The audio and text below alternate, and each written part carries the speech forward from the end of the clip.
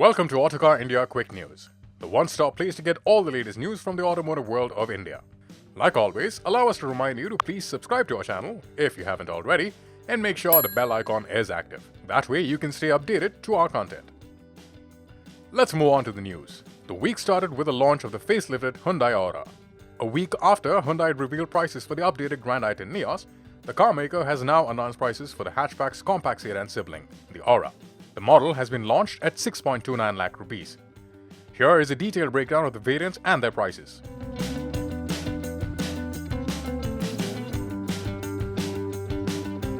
Factory-fitted CNG derivatives of the Aura is also available for sale. As part of the refresh, the Aura now sports a new front-end design with a more upright nose and a two-part grille. The bumper now houses new inverted L-shaped LED DRLs housed at the edges of the bumper, although it now misses out on fog lamps. The facelifted Aura also sports a boot-lid spoiler in all except the base trim. It also gets a new Starry Night color option that replaces the vintage brown option from the outgoing model. Under the hood, the Aura sees no changes as the facelift carries over the 83 horsepower 140 Nm 1.2-liter petrol engine that can be had with a 5-speed manual or a 5-speed AMT as before. The CNG version uses the same engine but puts out a lower 69 horsepower and 95 Nm in CNG mode and is only offered with a 5-speed manual gearbox. However, the Aura no longer gets the 1-liter turbo petrol engine that churned out 100 horsepower and 172 Nm of torque. All the powertrains are now RDE compliant and also E20 fuel ready. On the inside, the cabin layout remains the same, but the Aura now features new upholstery for the seats and a new lighting for the footwell area. When it comes to convenience features, it retains the 8-inch touchscreen with Android Auto and Apple CarPlay. However, high-spec versions now get Type-C charging ports and a revised 3.5-inch MID in the instrument cluster. As far as safety is concerned, the facelifted Aura comes with 4 airbags, ABS and EBD as standard. The higher variants meanwhile get 6 airbags, ESC, ISOFIX anchorages, hill hold assist and automatic headlamps. Toyota has reintroduced the Innova Crysta in the Indian market. The brand has begun to accept bookings for the 2023 Crysta for an amount of 50,000 rupees. The new Innova Crysta will only come with a 2.4-liter diesel engine mated to a 5-speed manual gearbox. The automatic transmission will no longer be on offer. From the image released by Toyota, it looks like the Innova Crysta gets some mild styling changes. In a bid to make the vehicle more SUV-like, Toyota has updated the front end with a redone front grille and a new and more upright front chin. The fog lamp enclosure also gets a redesign.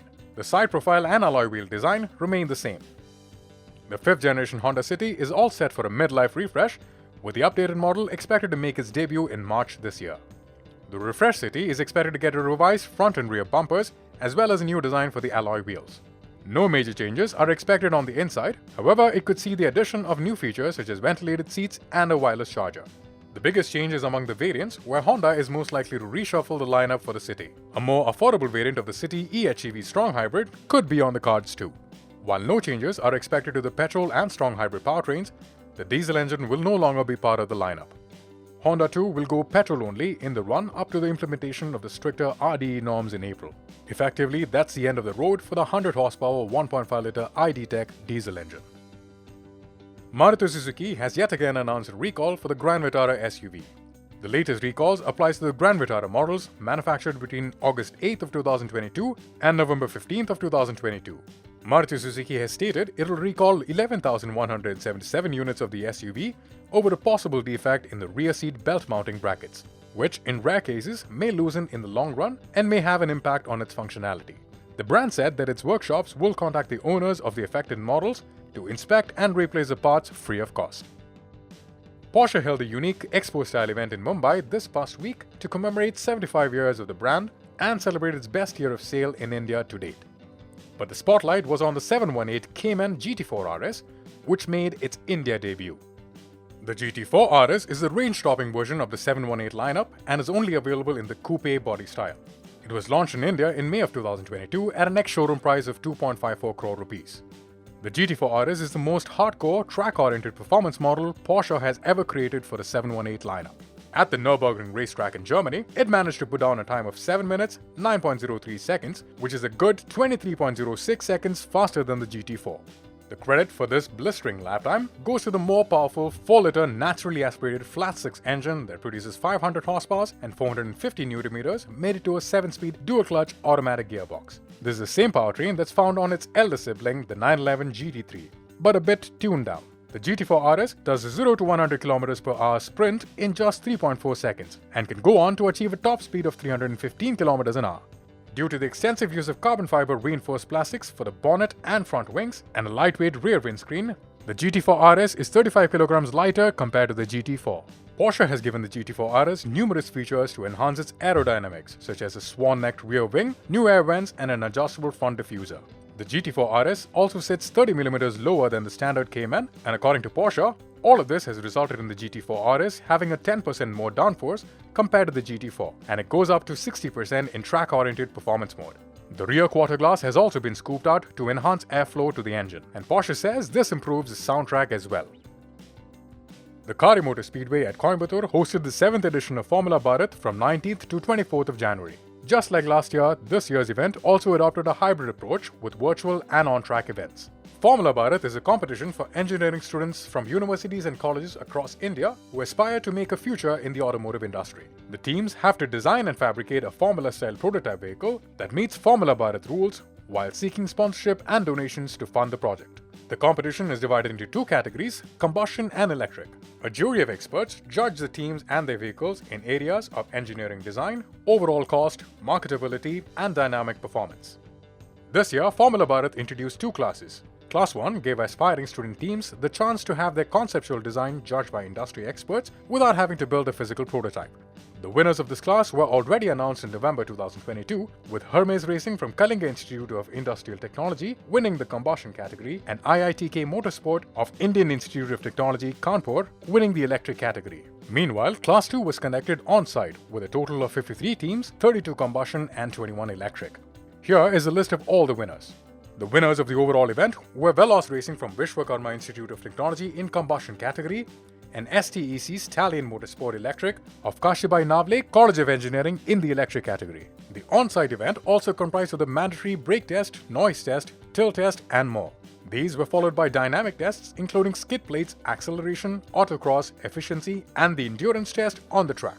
The Student Engineering Design Competition is expected to return in January of 2024, with pre-registration opening anytime between April and May this year. Now, let's take a glance at the latest news from the world of two-wheelers of India. Honda has launched the Activa H-Smart in India at 80,537 rupees. The H-Smart gets a host of keyless features, but remains mechanically identical to the standard Activa.